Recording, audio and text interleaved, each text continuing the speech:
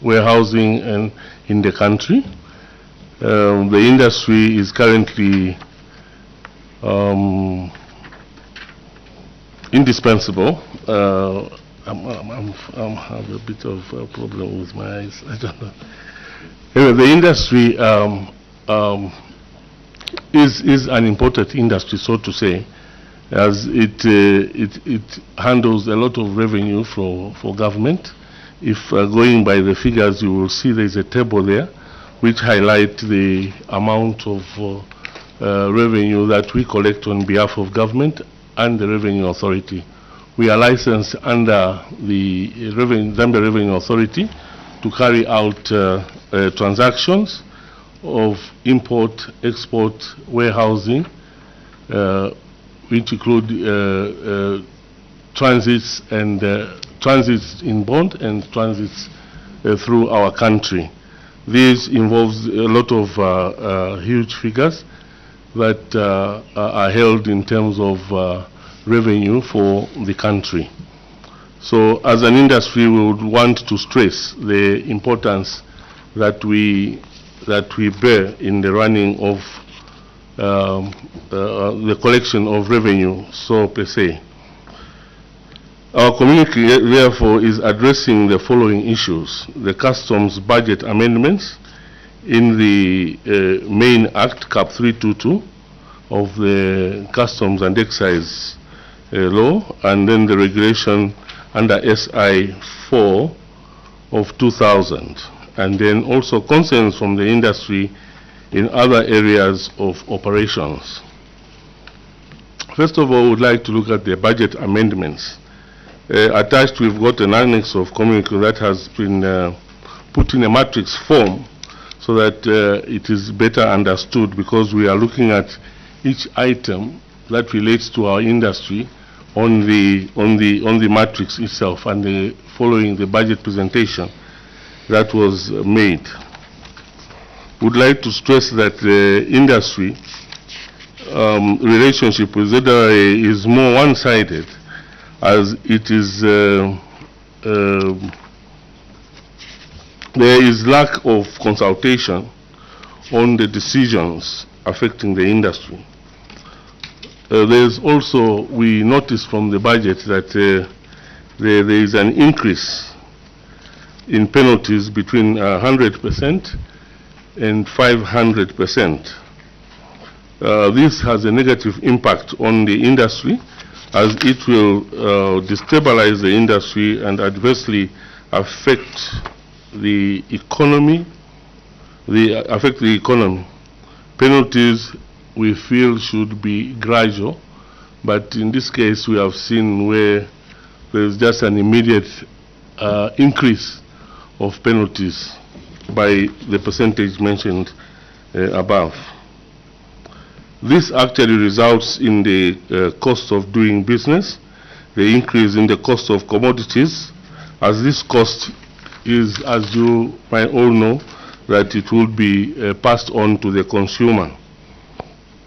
And then we will see that Zambian products will not be able to compete competitively within the region. This will also be deferring the process of trade facilitation, which we feel our partners, the Revenue Authority, seem to not pay much attention to, other than a collection of revenue. And then with all these things, we will see that we have a breeding ground for corruption, which is being created. The penalties which have been proposed are more a measure to cover revenue loss than a deterrent, as the increments are too high. The Commissioner General's rules are a source of worry, as they are giving the CG more powers to work outside the Act. Any Commissioner General's rules introduced must be subjected to stakeholders' engagement and consultation before they are implemented. This is what we actually feel, because we are seeing that there are some rules that are actually being sneaked in. And this, when we look at the presentation that was there, it has been left very open that the Commissioner General can come up with decisions through the powers which they seek to be granted by the Parliament, so that they can act outside the law. Well, we have other concerns of operation the industry would like to bring to our attention. Concerns the affecting of trade facilitation and the collection of revenue for the government. High premiums on custom bonds by insurance companies.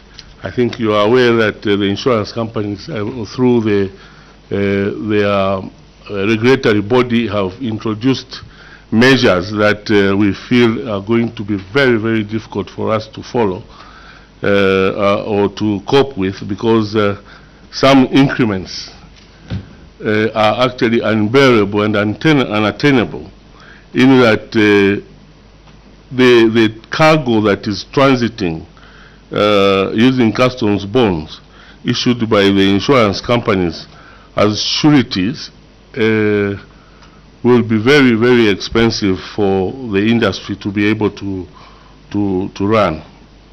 We've got 85%, for an example, 85% of the bond guarantee amount should be in form of cash or cash equivalent, meaning that each time there is a consignment that you would want to move in transit, you would be required to put up a bond of 85% in cash. Now, if you are moving something that is worth 100 million, then you are talking of putting up 85 million as security for you to be able to move that consignment from the borders inland or through the country to the destination port. 150% of the bond of the guarantee amount equivalent to non-cash in other cases. So in other cases they are saying you give us something that is worth a guarantee which is about 150% of the cost of the taxes, or the taxes that are actually demanded on that consignment. Or you pay a premium. We are paying a premium of 1% to be paid in full at the issuance of the bond. Now you see, this is calculated from the amount, the value of the goods. If you are moving it in bond or in transit, you have to pay 1% of that in cash. It makes it very, very difficult for us to operate as an industry. So these conditions are affecting the industry and pushing the SMEs out of business, as they cannot afford the bonds for transit cargo. In line with the above, ZRA is asking for cash bonds for all cargo coming out of the bonded warehouse. High value cargo of copper attracts about 200 million. There's a typo here. I think it's 200 million in terms of value. Our Copper Belt members are operating bonded warehouses with these high value of goods, with more than 10 trucks moving on one particular day. So we are talking of about 10 trucks moving with consignments which are worth this much. Now imagine what I have mentioned before being demanded on each consignment. 85%, say for instance, or 150%. Even 1% of this amount being demanded, it just makes no business sense, and it will actually not be attainable, and this will actually hinder the movement of goods, or reduce the number of consignments that are actually going out, because there is a need for you to put up such huge amounts of bonds. before you can move any consignments. Recommendation on bonds on export is to either extend the bonded warehouse bond to an exporter or exit bond, or exempt high value goods from this requirement. So what we are saying is that there are certain goods which are of high value, like I mentioned, copper. If we demand, or the insurance is demanding so much, then we are going to kill the industry, because none of the players will be able to meet this demand. It's quite a high demand. Other issues between ZRA and the industry. In the quest of trade facilitation, the industry must be engaged in a very serious, in the various changes affecting the industry. The two must work as partners. We are always told when we meet or when we sit with institutions, either our government mediating between us and ZRA, or when we are sitting with ZRA, we'll be reminded that we are partners, but what is actually happening on the ground is not a partnership, but it's that of a horse and a rider. So we feel that relationship must be improved, and regular consultations being held between ourselves so that we develop our country together. The importance of collecting revenue does not lie only with the Revenue Authority, but it lies with us also as players in the trade chain.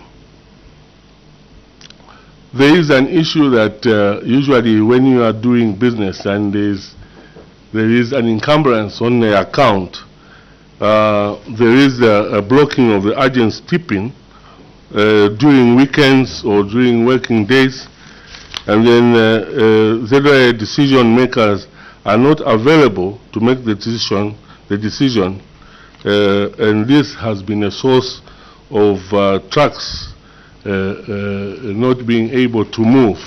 If say it's on a weekend, then they will have to wait until Monday when decision makers are in the office for you to be able to move your truck, because those that are there who are put in as standing officers will not be able to make a decision for you to be able to continue doing your business. And then we have a system challenge. Our colleagues, though they do not want to accept, we are having very, very serious system challenges. Now this has been, I think, doubled with the issue of the country's situation now, where there's a lot of load shedding. It's affecting the industry. I think those that have been to the borders, you've seen the congestion that is there. Usually they will point to the industry, that the clearing agents are the ones who are causing these delays.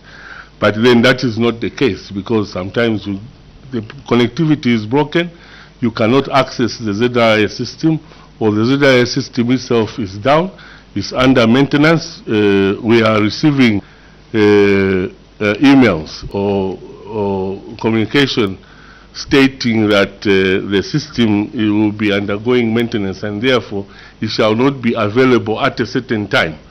And it coincides that that particular time when they are saying the system is not going to be available, that is the time that you have your electricity to be able to move your transactions. So it becomes very difficult. So really, ZRA must have a business continuity sense and plan also to deal with this, so that these issues do not affect trade facilitation and avoid the delays in revenue collection. That is just stating what we have observed, but then I don't know whether you would allow me to proceed to Annex 1, Chair. So what we'll do is, because we have these schedules, I mean the one you have listed, isn't it? Yes, there are yes. quite a lot, and the members, because we have gone through these, Just in case members may want to ask questions on that one, we allow, then we can respond instead of going one by one on this. Well, thank you, Chair. Okay, you are done. Okay, thank you very much for the submission, Mr. Mon and your team. Honorable members, any questions? Okay, Honorable Omtike, then Honorable Mabumba. Thank you very much for your presentation. I'm just looking at the size of your delegation and also the size of your brief.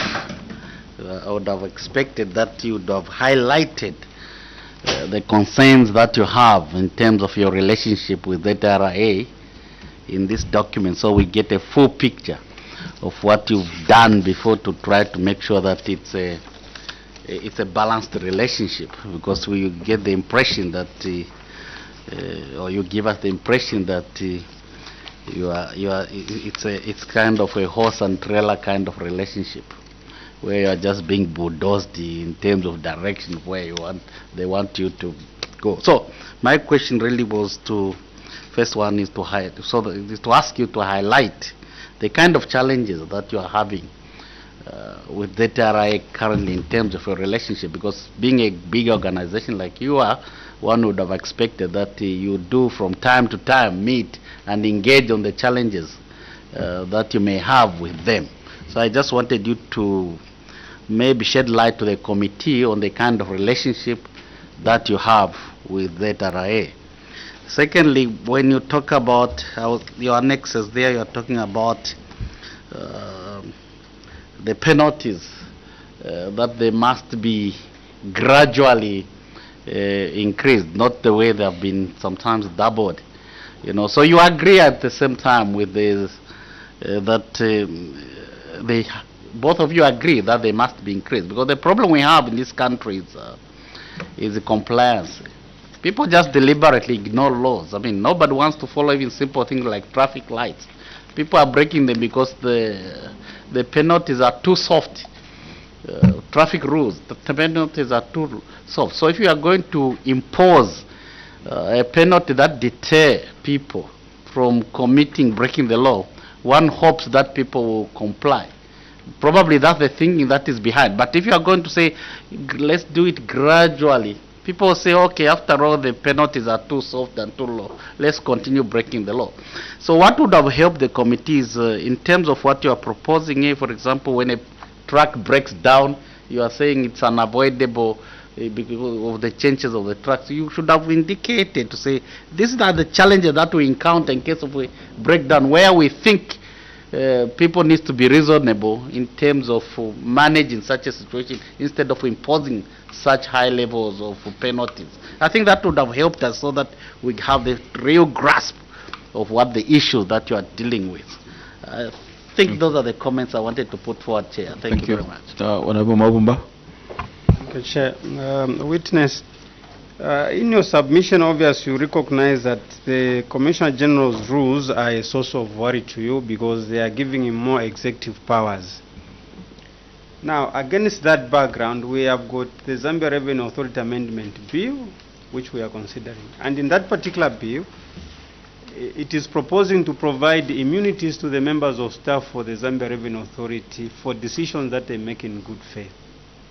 How would you reconcile your statement here with this particular bill, where the members of staff now will have the powers, will have the immunity for whatever decision they make in good faith, that they cannot be probably prosecuted, something like that? Thank you, Chair. Thank you. You can respond to those. Thank you, Chair. I will not respond in full to everything. Maybe my colleagues would like to also come in. But then, the relationship that is there between ZRA, sorry, I don't want to skip this, but may I mention that we looked at the time that we were being invited, and then we were actually thinking of what time frame we have to present our case before this committee. When we saw that it was 11:30, we thought well, they'll break at 13 hours. So maybe we had 1.5 hours to deliberate on these issues. So we made our presentation very brief.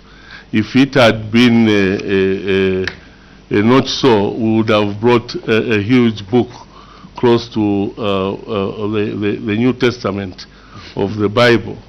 But then we thought we should pick out what we thought would be relevant. Well, the relationship with the ZRA, like I mentioned, is always that we have to follow what is being put on the table for us. There are situations where it's really a cat and mouse situation. You just have to do what they have put before you, because they say this is in relation to the law. And the unfortunate thing is that this law seems only to favor ZRA, and only ZRA can make amendments to this law. So it becomes very difficult for us to improve on the relationship if they are not willing to make that improvement. In our quest to make an improvement with ZRA in terms of relationship, we have approached the Minister of Commerce, we've approached the Minister of Finance, at which time the Minister of Finance in the previous government did actually tell ZRA that we form a technical committee. We should meet every month to discuss issues that are burning within the industry and the ZRA.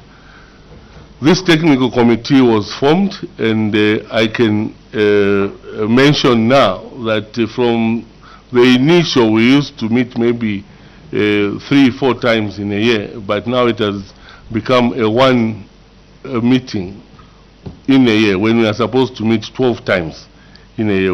Like the last time we met was in March, and we have not met. This is now November.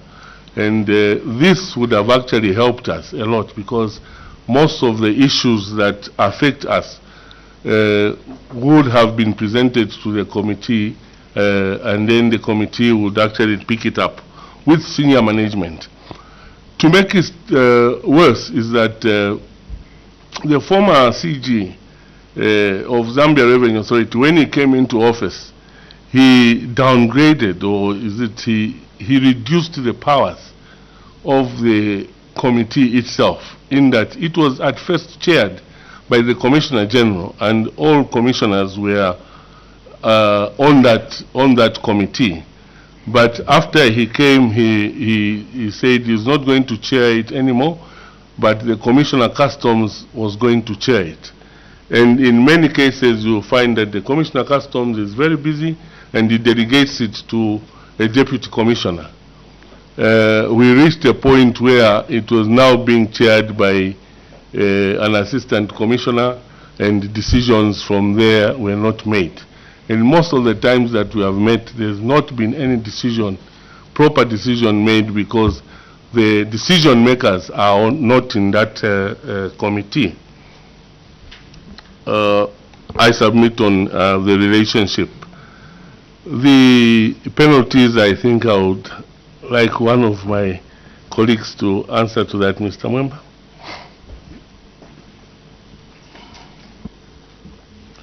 Okay. Okay. Just to add on to what has already been submitted by our chairman, I'll just get back and just state in details some of the issues that we go through. Zambia Revenue Authority has got a section, a team that they call a transaction monitoring unit, abbreviated as TMU. This is the unit in charge of ensuring that whoever is found wanting, or whatever issue that arises to do with our industry, they monitor our T-pins. Any any issues, any concerns that arise, your TPIN is blocked by this team. Okay, so what happens is you wake up in the morning. I'm citing an example. You wake up in the morning, you try to transact, to go about your business, then you realize at that point that you cannot work because your TPIN has been blocked. Now you don't know. You're trying to go on the system, that's when you realize that you've been blocked. No information whatsoever is communicated to you. So now you start wondering what the cause of your blockage is. So you start running around now. You go to Zambia Revenue Authority, you go to, there are various departments there, so you don't know where to start from. Eventually it will take you a full day or sometimes 2 days for you to pinpoint and know exactly what the issue that is causing your blockage is. Whereas in real sense, what should happen is, for whatever reason why they feel your TPIN is supposed to be blocked, they simply can send you an email or simply just communicate to you to tell you exactly why they feel you should be blocked. But that's not what the case is. You'll have to figure out on your own why you're blocked, and then you go about, and sometimes the reason for the blockage are not real reason why it should be stopped from operating. What we mean, honorables, when you are blocked from operating, it then means that you cannot do any business. You could have 50 trucks at the border that are manifested to you, that you have, that you need to clear through the SCUDA system with the Zambia Revenue Authority. But simply because you are blocked, you cannot transact. So that piles up onto the congestion at the borders. And sometimes there could be a customs system on a particular entry that is causing your entry not to, for instance, be taken off the system or be paid for.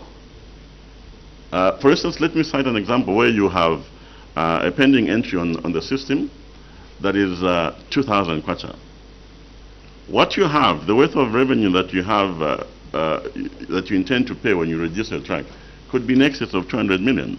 So you have a situation where the Zambia Revenue Authority, in one breath, they are demanding you to sort out an entry that is worth 500,000 kwacha or 2,000 kwacha. Yet you have goods, you have transactions worth 200 million to transact with them. So really, when you look at the disparity there, when you look at the two issues, there is a better way, we are saying, that this can be resolved. I'll cite another instance, another example where you have a client that pays directly to them. You are the agent, you register on the SCUDA system on their behalf, but the actual duties are paid by the client directly to the Zambia Revenue Authority. But in this instance, there was an amendment that was supposed to be done. For every entry that you register on the system and there's an amendment, you need to pay an amendment fee. So you're asked to pay that amendment fee. You go on the system, you pay the amendment fee, but because the system is down, as is the case in most cases, where sometimes you can pay for a consignment or for an entry, but because there is a problem with the system, the monies will be taken off your account. You can see that the money has been taken off your bank account, but when you go to the other side of the system, the custom system, that particular entry that you would have paid for is not receipted. Even in such circumstances, you will still get affected. You will still get blocked. You will still be penalized. We have instances where, because an amendment fee could not reflect on the other side of the transaction, on the other side of customs, a whole amount of the fees payable were gobbled off an agent's account, gobbled off from an agent's account. Yet this account, this transaction was already paid for by the owner. So you have now to start working backwards, and you will not know what's causing that. You have to do your own investigations. You have to carry out, go to the bank, find out from the bank. The bank will give you the details. You realize it's an entry number, what they refer to as a PRN number. You go back to Zambia Revenue Authority, you now inform them, no, this particular entry was, this money was incorrectly taken off my account. This entry is already paid for by this particular, the receipt is here. So you now go back or starting to reconcile. Meantime, you would have lost 2 or 3 days of business. So what we're saying is the transaction monitoring unit, whoever approaches them or whoever goes to them and asking that a particular agent's account must be blocked, must at that point coordinate with us, the agents, to inform us prior to these actions being taken. Because sometimes you get blocked unnecessarily. In other instances, we have what we refer to as accredited clients. An accredited client is a blue chip client that has been accepted by the Zambia Revenue Authority as being a high payer, a high taxpayer, and they are given preferences. So such kind of clients that have been chosen by Zambia Revenue Authority are not subjected to the same process of clearing as the rest of the other clients. So the deal, the agreement is between this client and Zambia Revenue Authority. So you register your entries, preference clearance is given, which is a good thing. But for whatever reason, if there's a delay by these particular clients to pay the revenue, then you as the agent who registered that entry is also affected because you are also blocked. Now, Honorables, what I'm trying to point out here is there's an agreement between a client and the Zambia Revenue Authority. They've agreed that you're a good client, you're a high taxpayer, we'll give you this preferential treatment. Yet when that when there's a problem in the agreement, you as the agent who simply just is playing your role to facilitate trades, to facilitate revenue collection, gets affected. Okay. So we're trying to say there's a better way this can be done. Proper communication must be highlighted. Okay. I submit. Thank you. Thank you, Chair. The question on penalties, that there must be a gradual increase. Gradual in that, first of all, we must see why are these penalties being increased. Has there been no improvement in terms of what you are being penalized for? Say, for instance, there is an issue of duplication of entries, which in most cases is not a making of a clearing agent.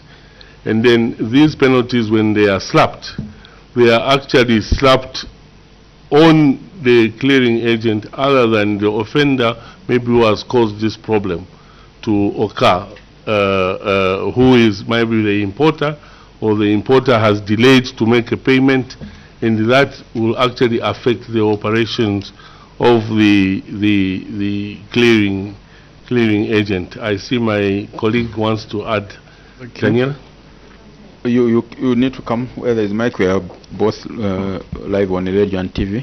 You can switch off your mic. Maybe you can come this side. You can pass this side. You can switch off that other mic. Thank you. No, she has to be there. You can go there. Yeah.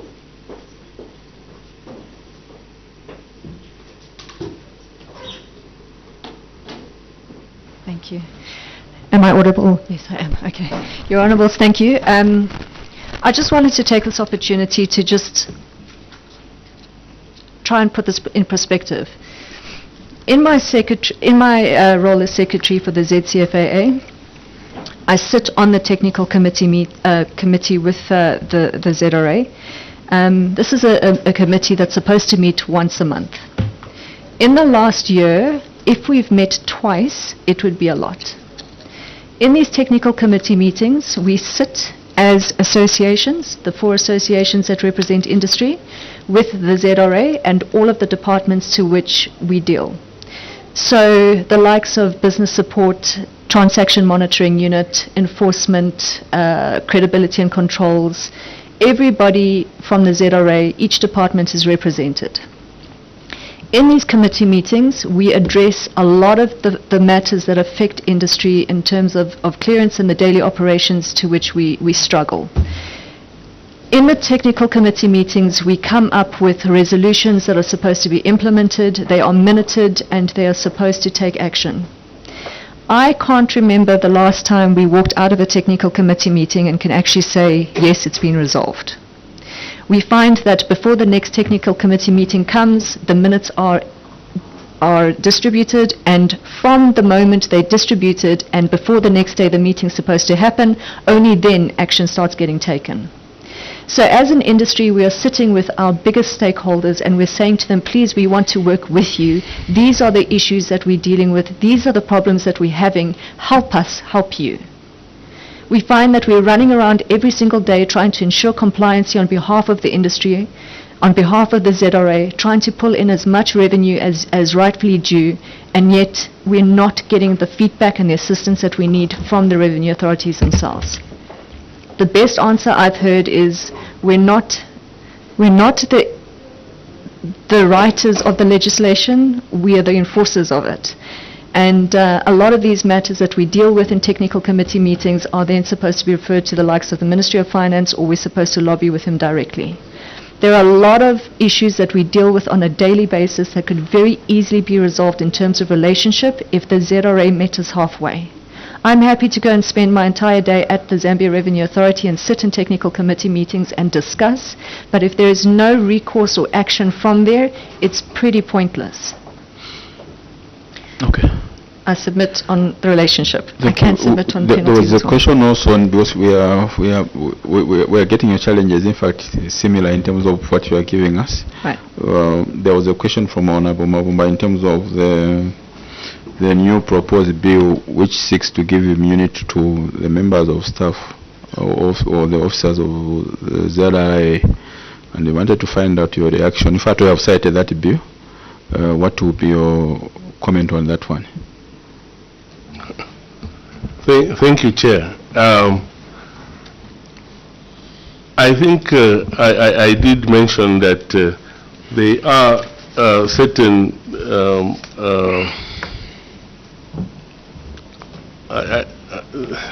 like the bill that they want. I would call it sneak in. They want to sneak in this immunity bill, because I have not seen any ZRA officer who has been penalized by either industry or importers because of the decision that they have made.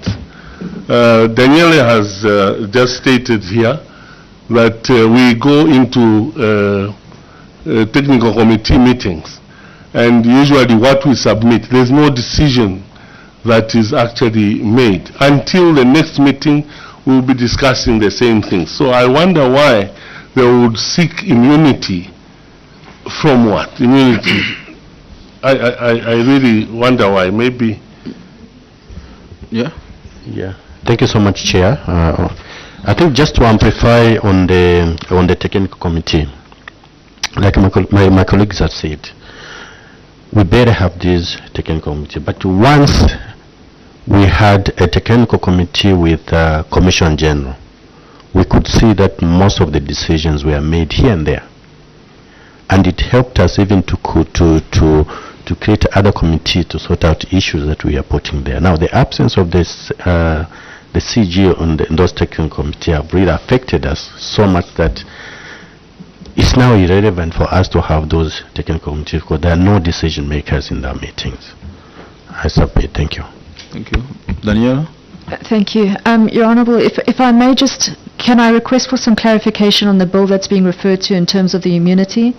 Can we just have a little bit more information? Okay. So that So the bill basically seeks to the effect that if, say, a member of staff at the ZRA was to commit an offense, that person cannot be sued in any court of law because they have the immunity. So assuming you are the aggrieved one, and then maybe the member of staff at ZRA has committed an offense, you cannot sue that person. because the bill is indicative that as far as they are concerned, something like whatever they are doing is related to them having done that in good faith. So in doing so, basically going forward, if that bill goes through, indicating that no member of staff at ZRA can be sued because they have the immunity. Currently, the bill which is there covers just the board members and the committee members of the institution, not the members of staff. Yeah, you can respond. Thank you. So, and I just want to understand in context of our daily operations, we're talking about any member of the ZRA, whether they're based at the borders or within head office or any other department, will receive immunity as long as they acted in good faith. And I just want to make clear, I haven't seen this bill, but I want to make sure that it is set in a certain way that it doesn't construe the lines of ethics or compliance in any way. We're talking good faith, yes? So on... You can continue. I think on the one hand, I want to say, and probably get smacked afterwards, but I want to say that it may help because we find ourselves in a lot of situations where ZRA officers at the border, assistant commissioners, station managers are afraid to make a decision in case they get into trouble. And in a lot of cases we have trucks stuck at the border for a very long time because they fail to make a decision. If they're able to make an informed decision and feel comfortable that they've done it in good faith and they're not going to get into trouble, then I can only see that the bill will assist us to a degree. Thank you. Honorable Murewa. Thank you, Honorable Chair. I think Daniel has missed a point here. Maybe I'm thinking she has.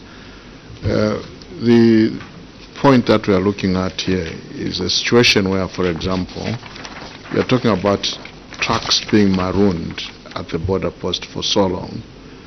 Then the businessman, maybe the person that imported the trucks or the merchandise decides to sue ZRA for loss of business. You follow me? This is what they are saying. As long as the officer acted in good faith, they should not be sued. So the point really is, what you are saying now is, you are saying if the immunity is given, because as far as we are concerned, we're saying there are moments when ZRA officers abuse their powers and so on, meaning that once they are covered with immunity, they would be doing this arbitrarily and cause a lot of loss of business to people. But even when you take them on to court, where they'll probably detain some goods, then this importer proves the point that he actually did everything right. Such a person cannot sue the officer because the good faith phrase is working for them.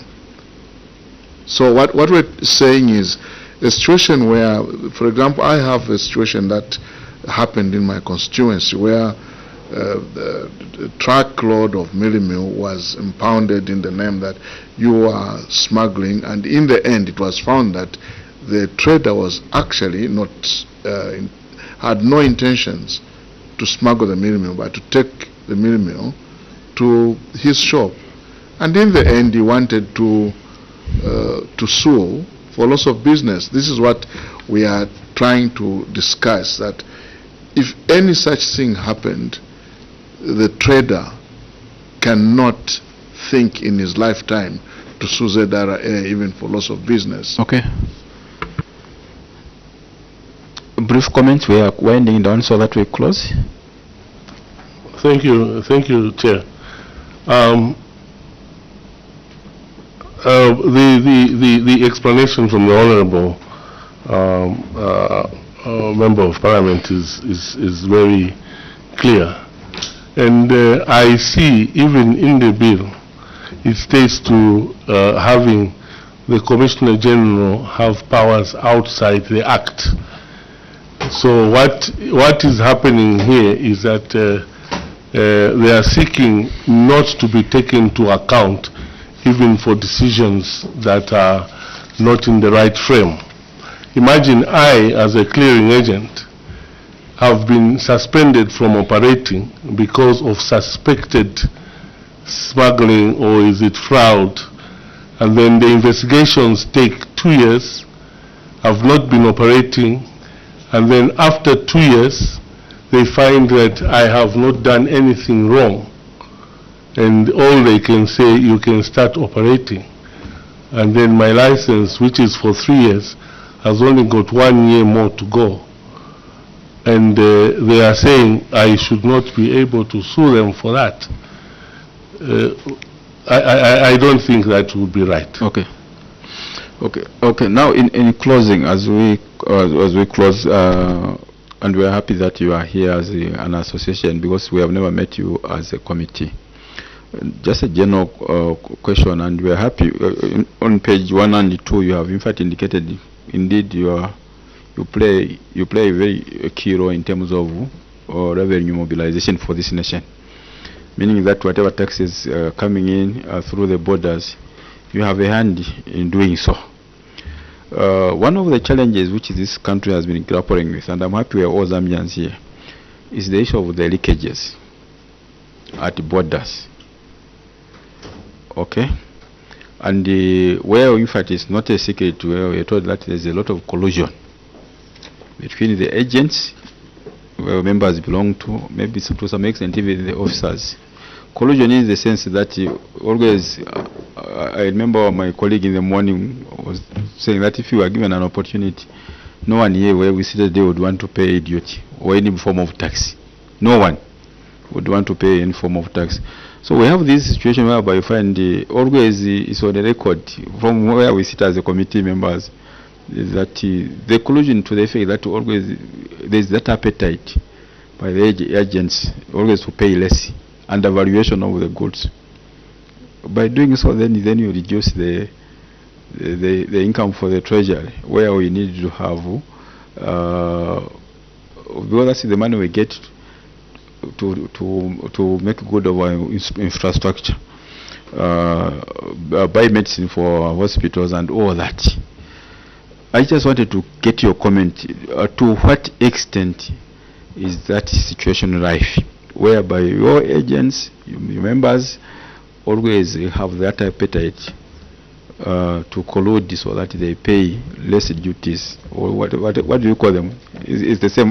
That's the same one where we pay less taxes to whatever is being imported. We'll close on that one. Just a comment, and it's a serious comment concern, because that is where the issues of leakages are coming in. So we want to take advantage of your presence. We have been grappling with that with ZRI whenever they appear to say, when are you going to put to bed that issue of leakages at the border, so that we get the correct taxes for our Zambian people. Thank you so much, Chair. I think I stand to protect our industry. Through the technical meetings, we have actually submitted solutions in terms of how we can curb those devices. But so to say, with the immunity invested in me, I would say there's a care also at the border, and there's a care there is a tax collector, and that Zakeo enjoys the confusion because that's how they make their money.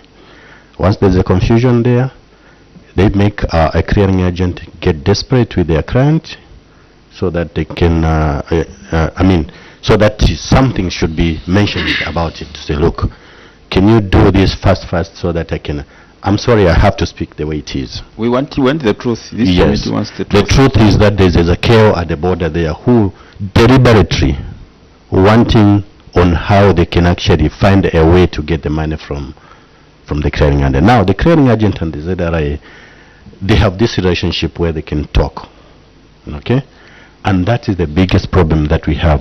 We've given them several solutions for these things to end. But during those technical committee meetings, like my colleagues mentioned, we are not given answers in time. But I can mention to this House, August House, that look, we have tried our level best to say, look, you can't be blocking my pins, I can't be losing business. But still, they still go ahead and they want to have more immunity. Let me just also speak on the immunity issue, on what they are requesting for them to continue. This August House, we seriously have very serious problems with ZRA in terms of what they're asking for. The number one is that ZRA will detain trucks, a lot of trucks, because of a fraud. And they'll take it for investigation. When they take it for investigations, it will take more than 2 years. And you find 20 trucks, they are malooning in their yard there. They fail to find a case after 2 years. They go ahead and give you a penalty of 6,000 kwacha to pay.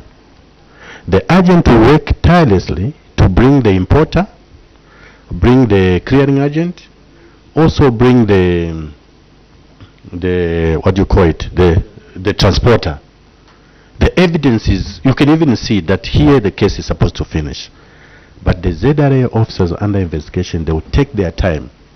And the only answer they will give you, day in, week in, month in, is under investigations. And then when you ask them, what are you investigating? All the players are here. And they'll just take their time and they'll ignore that. Meantime, the owners of the trucks, if you go to their yard, you find a lot of trucks there. And 98% of the cases are not won by ZRA. All they do is to give you another punishment of paying a 6,000 kwacha to allow you now to go and to release the trucks. And that hates, because you would have lost business. The owner of the trucks also would have lost business. And the country itself would have lost business, because the business is supposed to move. Okay. So, honorable member, the Zakeo at the border is the causer of everything. Thank you. That we are talking about here. Thank you, I submit. Thank you. Honorable members, we have to end. The time that which was allocated, we have consumed all of it. If there was that, even if there was a hand, honorable members, we have time, we have afternoon session. So I need to give my members enough time to go and prepare for the afternoon session. Yeah. Okay. The Zambia Customs and Forwarding Agents Association, we want to thank you for coming and to appear before this committee. These money bills were still being considered up to next week, and at some point, in fact, we are going to engage also ZRA, I think next week. These issues that which you are raising definitely will not just end there. We're taking them up, and thank you very much for that. But also just to encourage, I don't know how you needed to resolve that issue, because I mean, if you have a technical working committee, which we are supposed to be meeting once a month, and you are not meeting for the whole year because of the critical role which you play. You needed maybe to, I think, engage more. We will take it up with the Commissioner General, but you need to engage more so that these issues then are resolved in time. Okay, Kaputko of the laws of Zambia in terms of immunity, that which was given to you, will also end here. Have a good day. Thank you for coming. Thank you. Thank you. Thank you. We are done.